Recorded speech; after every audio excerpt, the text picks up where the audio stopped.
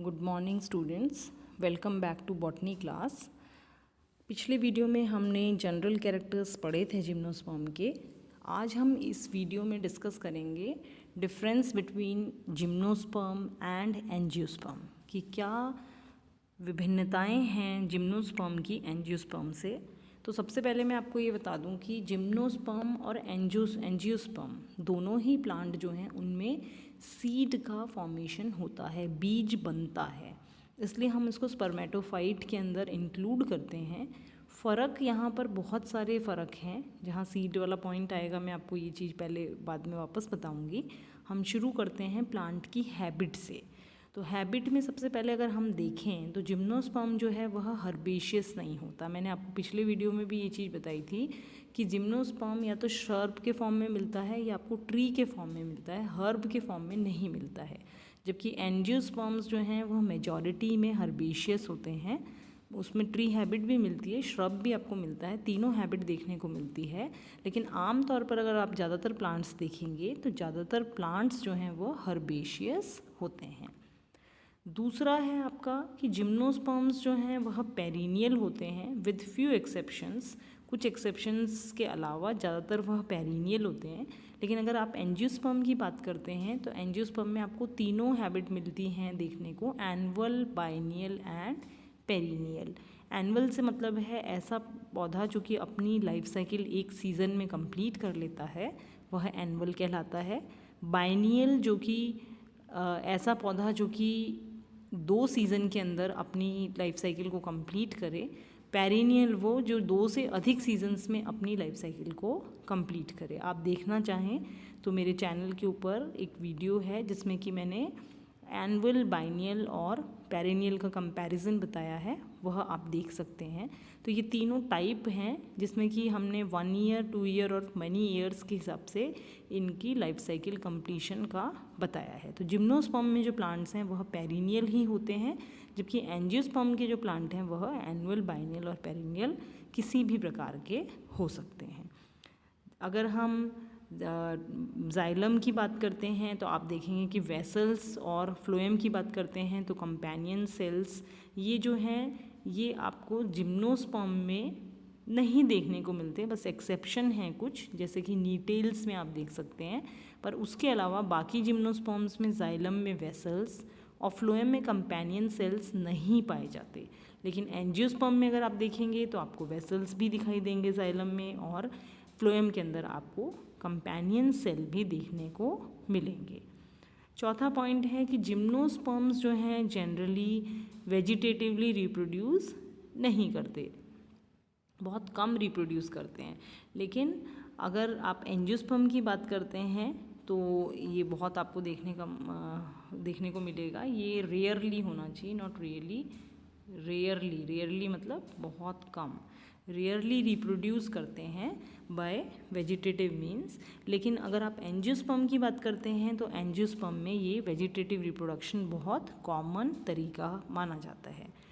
Pollination और dispersal की अगर हम बात करते हैं कि स्पोर्स किस प्रकार से डिस्पर्स होते हैं, किस प्रकार से फैलते हैं, तो यहाँ पर जिम्नोस्पर्म में एनीमोफिलस तरीका है, मतलब बाय एयर के थ्रू ही जिम्नोस्पर्म में पोलन्स जो हैं या माइक्रोस्पोर्स वगैरह जो हैं वह डिस्पर्स होते हैं, फैलते हैं। लेकिन अगर आप एंजियोस्पर्म के पोलन ग्रेन्स की बात करते हैं तो उनके लिए कई तरीके हैं, जैसे बाय एयर हो सकता है, एंटामोफिली मतलब बाय इंसेक्ट्स होता है, हाइड्रोफिली मतलब बाय वाटर हो सकता है, एंड जूफिली बाय कोई एनिमल्स के थ्रू भी हो सकता है। तो ये यहाँ पर ये फ़र्क पाया जाता है।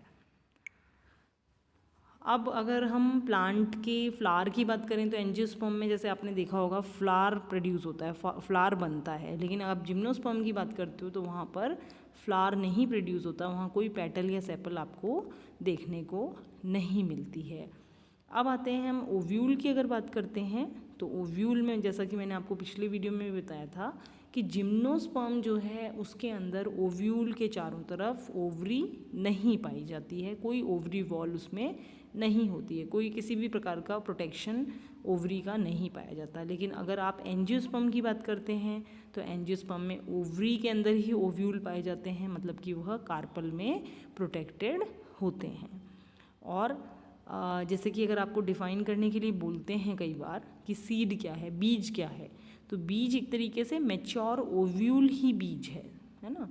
और फ्रूट क्या है, मैच्योर ओवरी जो है वह आपका फ्रूट होता है। तो ये एंजियोस्पर्म्स के लिए है, क्योंकि ओवरी जो है वह एंजियोस्पर्म में ही पाई जाती है। तो कहने का तात्पर्य यह है कि जिम्नोस्पर्म सीड प्लांट तो है, बीज तो उसमें बनता है, लेकिन फूल और फल ये उसमें नहीं बनता है। तो आपको ये ध्यान रखना है कि जिम्नोस्पर्म एंजियोस्पर्म से इस प्रकार से भिन्न है कि फूल और फल उसमें नहीं बनता है, और जो बीज बनता है उसमें भी ओवरी का प्रोटेक्शन उसको नहीं मिलता है, इसीलिए उसको नेकेड सीडेड प्लांट भी कहा जाता है, जिसमें कि उसको ओवरी का प्रोटेक्शन नहीं पाया जाता। स्ट्रॉबिलाई जो होती हैं जिम्नोस्पर्म में जो कोन बनता है, जो कोन स्ट्रक्चर बनता है, वो जनरली यूनिसेक्सुअल होता है। यूनिसेक्सुअल से मतलब है कि जिनके अंदर की एक ही कोन के अंदर आपको यूनिसेक्सुअल मतलब दोनों कोन अलग अलग बनते हैं, मेल कोन अलग बनता है और फीमेल कोन अलग बनता है। यूनि मतलब वन, एक कोन में एक ही सेक्सुअल स्ट्रक्चर आपको दिखाई देता है, मतलब मेल दिखता है तो मेल ही दिखाई देगा, माइक्रोस्पोरोफिल्स ही दिखाई देंगे, और अगर फीमेल कोन है तो मेगास्पोरोफिल्स ही आपको दिखाई देंगे। जबकि अगर आप एंजियोस्पर्म की बात करते हो तो एंजियोस्पर्म में जो फ्लावर्स होते हैं वो जनरली बायसेक्सुअल होते हैं, मतलब कि उसमें आपको एंड्रोइशियम भी दिखाई देगा और गाइनोइशियम भी वहाँ पर दिखाई देगा। तो इस तरीके से आपको दोनों स्ट्रक्चर वहाँ पर दिखाई देते हैं। अब फर्टिलाइजेशन की अगर बात करें तो एंजियोस्पर्म्स के अंदर एक प्रोसेस आपने पढ़ा होगा, या अपने स्कूल में भी पढ़ा होगा, छोटी क्लासेस में भी पढ़ा होगा, double fertilization and triple fusion. Double fertilization and triple fusion से तात्पर्य है, डबल फर्टिलाइजेशन का मतलब होता है कि एंजियोस्पर्म्स के अंदर जब फर्टिलाइजेशन होता है तो दो मेल गैमेट बनते हैं। दो मेल गैमेट में से एक मेल गैमेट तो एग सेल से फ्यूज़ करता है और जाइगोट बनाता है, और दूसरा मेल गैमेट जो है वह बीच में दो पोलर न्यूक्लियाइज होते हैं फीमेल उसके अंदर, आपका फीमेल ओव्यूल के स्ट्रक्चर के अंदर, तो वहाँ पर वो पोलर न्यूक्लियाइज से मेल गैमेट फ्यूज़ करता है। तो इसको हम कहते हैं, क्योंकि वहाँ 3 न्यूक्लियस हो गए तो वो ट्रिपल फ्यूजन हो गया, इस चीज़ को हम ट्रिपल फ्यूजन कहते हैं। और डबल फर्टिलाइजेशन मतलब एक मेल गैमेट एग सेल से फ्यूज़ हो रहा है, एक पोलर न्यूक्लियाइज से, तो ये डबल फर्टिलाइजेशन का प्रोसेस कहलाता है। तो ये दोनों ही प्रोसेस आपको एंजियोस्पर्म में देखने को मिलते हैं, लेकिन ये जिम्नोस्पर्म में नहीं पाए जाते। न तो डबल फर्टिलाइजेशन पाया जाता है, न ही ट्रिपल फ्यूजन पाया जाता है। अब ट्रिपल फ्यूजन जहाँ पे हो रहा है वो बेसिकली एंडोस्पर्म बनाता है। तो एंजियोस्पर्म्स के अंदर तो एंडोस्पर्म है वह फर्टिलाइजेशन के बाद बनने वाला स्ट्रक्चर है, तो इसलिए वो वहाँ पे ट्रिप्लॉइड स्ट्रक्चर होता है एंडोस्पर्म। लेकिन जिम्नोस्पर्म में यह स्ट्रक्चर फर्टिलाइजेशन से पहले ही बन जाता है, और क्योंकि फर्टिलाइजेशन से पहले बन जाता है इसलिए ये स्ट्रक्चर वहाँ पर हैप्लॉइड स्ट्रक्चर होता है। ये बहुत ध्यानपूर्वक सुनने की बात है और बहुत इम्पॉर्टेंट कैरेक्टर है ये, जो कि डिफ्रेंशिएट करता है जिम्नोस्पर्म को एंजियोस्पर्म से, कि यहाँ पर एंडोस्पर्म जो है जिम्नोस्पर्म में वह फर्टिलाइजेशन से पहले बनता है और इसलिए वह हैप्लॉइड स्ट्रक्चर है। और हैप्लॉइड स्ट्रक्चर इसके अंदर जिम्नोस्पर्म में तो आपको हैप्लॉइड स्ट्रक्चर मिलता है। दूसरा एंजियोस्पर्म की अगर आप बात करते हो तो ये फर्टिलाइजेशन के बाद बनता है और उसमें दो पोलर न्यूक्लियाई एक मेल गैमेट फ्यूज़ करते हैं, इसलिए ये स्ट्रक्चर ट्रिप्लॉइड होता है। तो ये हम यहाँ पर डिफरेंसेस देख रहे हैं। अगला डिफरेंस अगर हम देखते हैं तो अगला डिफरेंस आप कह सकते हैं फ्री न्यूक्लियर डिवीजन होता है। जाइगोट जो फॉर्म हो गया उसमें फ्री न्यूक्लियर डिवीजन जो है वह होता है जिम्नोस्पर्म्स के अंदर, लेकिन आपको ये फ्री न्यूक्लियर डिवीजन एंजियोस्पर्म्स में नहीं देखने को मिलता है। उसी प्रकार से पॉलीएम्ब्रियोनी, जैसे मैंने आपको बताया था पिछले वीडियो में कि जिम्नोस्पर्म्स का कैरेक्टर है पॉलीएम्ब्रियोनी, मतलब पॉली मतलब मैनी से है, मतलब एक से अधिक एम्ब्रियो एक ओव्यूल में बनना। तो जिम्नोस्पर्म में एक से अधिक एम्ब्रियोज फॉर्म होते हैं, मतलब पॉलीएम्ब्रियोनी बहुत कॉमन है। उसमें एक टाइप है क्लीवेज पॉलीएम्ब्रियोनी। तो ये क्लीवेज पॉलीएम्ब्रियोनी जो है ये एब्सेंट होता है एंजियोस्पर्म में, लेकिन आपको जिम्नोस्पर्म में बहुत अच्छे से आपको देखने को मिलता है। तो ये कुछ कैरेक्टर्स हैं जो कि हमने यहाँ पर आपको बताए, जो कि कॉमन कैरेक्टर्स हैं, लेकिन बहुत कॉमन जो बिल्कुल आपको 2 या 3 बहुत कॉमन कैरेक्टर्स जो कि आप बता सकते हैं डिफरेंस के रूप में, वो सबसे इम्पॉर्टेंट कैरेक्टर तो है आपका ओव्यूल का naked ovule. Naked seeded ovule जो है नेकेड होता है। कहने का मतलब कि ओव्यूल के चारों तरफ ओवरी वॉल नहीं पाई जाती, और एंजियोस्पर्म्स के अंदर क्योंकि ओवरी पाई जाती है तो वो कवर्ड होते हैं। तो वहाँ सीड कवर्ड हैं, यहाँ पर सीड नेकेड हैं। कहने का तात्पर्य ये नहीं है कि उसमें सीड की कवरिंग या लेयर नहीं पाई जाती या इंटैग्यूमेंट्स नहीं पाई जाती। इंटैग्यूमेंट पाई जाती है जिम्नोस्पर्म में भी। क्यों नेकेड बोल रहे हैं? क्योंकि उसमें ओवरी नहीं पाई जाती, फ्रूट वॉल जो है वो, ओवरी वॉल जो है वो नहीं पाई जाती, इसलिए उसको नेकेड सीडेड कहते हैं। दूसरा पॉइंट कि जिम्नोस्पर्म में ना तो फ्लावर बनता है और न ही फ्रूट बनता है, फूल और फल दोनों ही नहीं बनते, जबकि एंजियोस्पर्म में फूल भी बनता है और फल भी बनता है।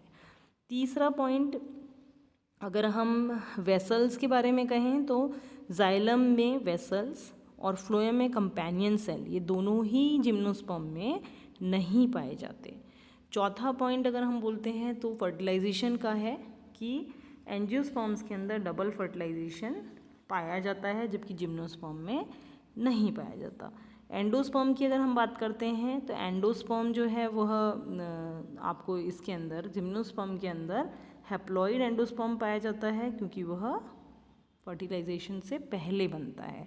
और अगर एंजियोस्पर्म की बात करते हैं तो ट्रिप्लॉइड फ्यूजन आपको मिलता है यहाँ पर।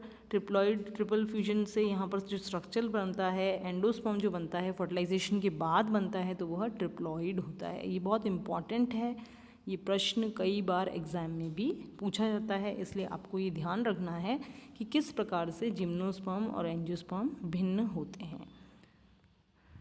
Thank you so much.